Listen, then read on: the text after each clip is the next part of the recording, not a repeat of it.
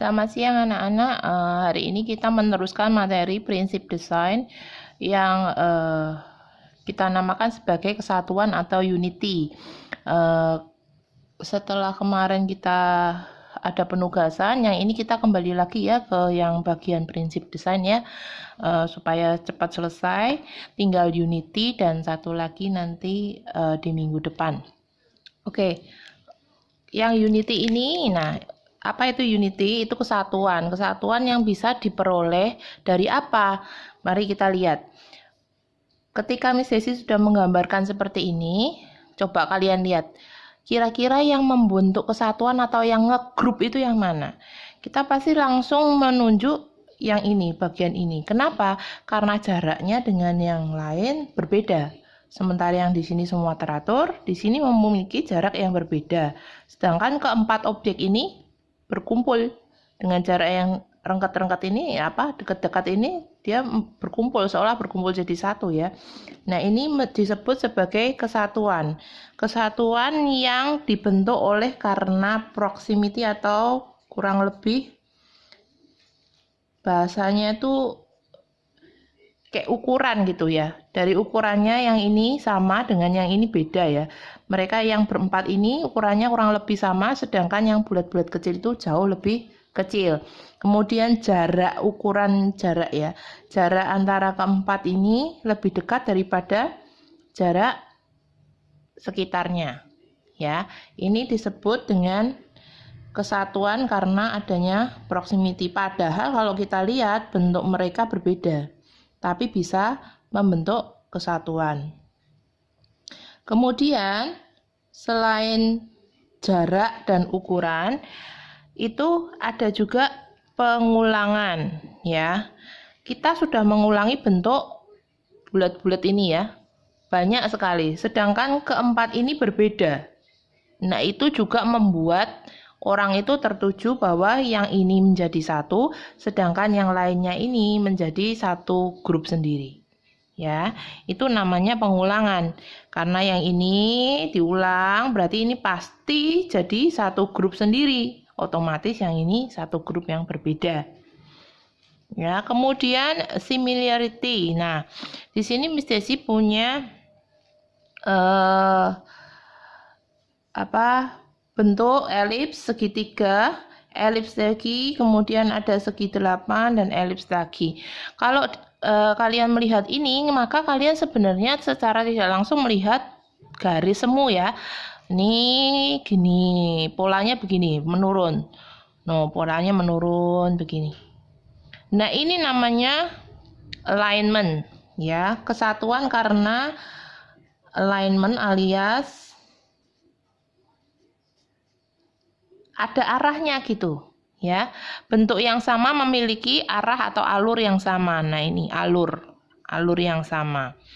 Ini juga akan membentuk rasa grup atau kesatuan sendiri. Ini sendiri, ini sendiri, ini sendiri, ini sendiri, sendiri. Tapi bisa kita break misalnya dengan kita warna misalnya. Ketika kita mewarnai ini, mewarnai yang sama padahal bentuknya berbeda,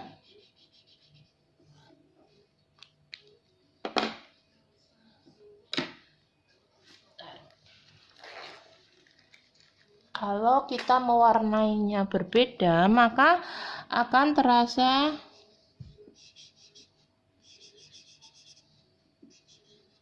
beda grup juga, ya kan?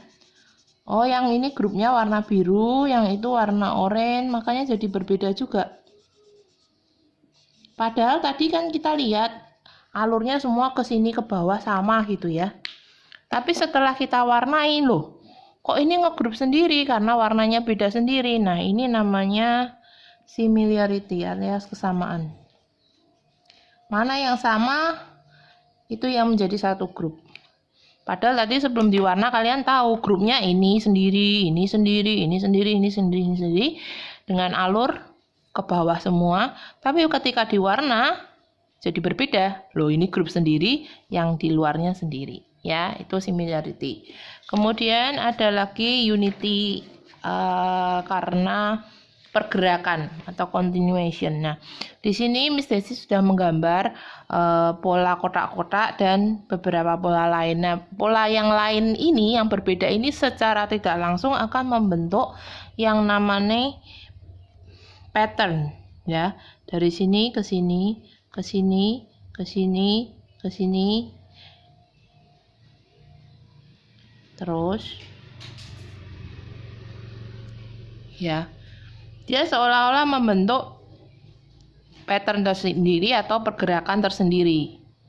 Ya, ini membuat benda-benda yang mestinya sebenarnya berbeda ini antara segi 8 dan bulat, segi 8 besar dan kecil ini seolah-olah menjadi satu kesatuan karena dia membentuk arah, ya, pergerakan dibandingkan dengan lingkungan sekitarnya yang sudah lurus-lurus ini, grid, ya, sudah lurus-lurus. Ini berbeda sendiri, sudah miring, muter lagi, ya kan. Nah, ini yang dinamakan unity by continuation, alias adanya pergerakan.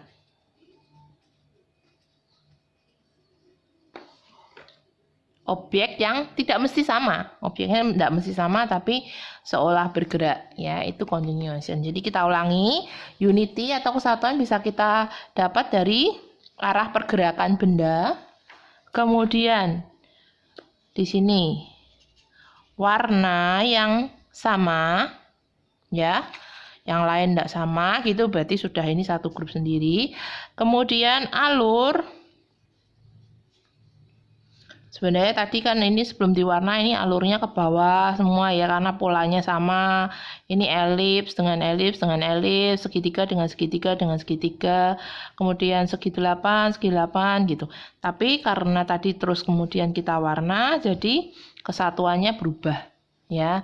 Dan yang ini adalah proximity, yaitu ukuran benda dan jarak benda. Ya, tadi ukurannya yang ini, keempatnya ini hampir sama, yang lainnya lebih kecil. Kemudian jarak keempat ini lebih dekat daripada lingkungan sekitarnya. Jadi membuat grup sendiri, ini grup sendiri. Demikian anak-anak, pembelajaran minggu ini, tidak ada tugas. Selamat siang dan Tuhan berkati.